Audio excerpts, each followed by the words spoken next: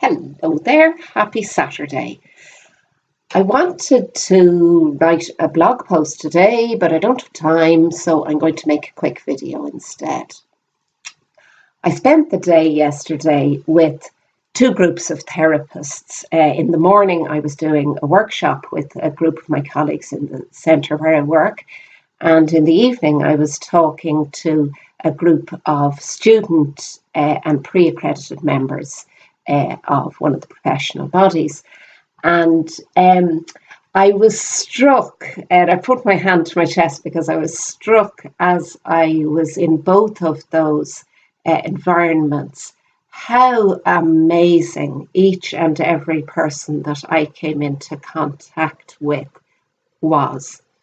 Whether they were a therapist or the facilitator of the group or the volunteers at the meeting last night or the staff of the IACP. And I was so struck by their kindness and their sincerity and their commitment to supporting their clients or the therapy profession, by their openness, their authenticity, and I could go on and on. I'm totally bored on the subject, actually. But I was thinking about it on the way home last night, and I was thinking about how most of us pay scant attention to our gifts. We dismiss them as not important, or they're irrelevant, or they're no big deal. Now, you know that I'm really interested in the business side of creating a therapy practice or coaching practice and the personal development journey that can be. And I wonder, have you any idea of how important recognizing your gifts and your uniqueness is to the creation of your practice? Yeah, do you have any idea about that? Take, for example, a hobby that you do in your free time. Maybe it's gardening, or it's painting, or it's singing. Maybe it's some aspect of your personality, your sense of humor, your generosity. Or maybe it's a role or a job that you've had in the past that's very different from what you're doing now. Even if it seems to be nothing to do with your practice, that gift is really important to the creation of your practice. It makes up who you are when you sit with somebody. And you may never actually talk about it. You mightn't actually speak about it with your client, but your awareness of that part of you, your appreciation of that part of you, gives you support when you're sitting with the client and allows your client to access those parts of themselves. So for a minute, just pause the video and take out a piece of paper and write down everything that's good about you, however small, however quirky, however irrelevant it seems. If you find it hard, here's a few ideas.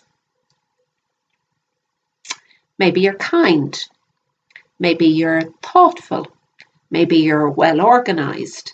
Maybe you're really good at putting on makeup, or really good at stacking a dishwasher. Maybe you remember things. Maybe you remember details about people, their dates of birth, or who their children are, what their children's names are. Maybe you're really good at noticing things that need to be done.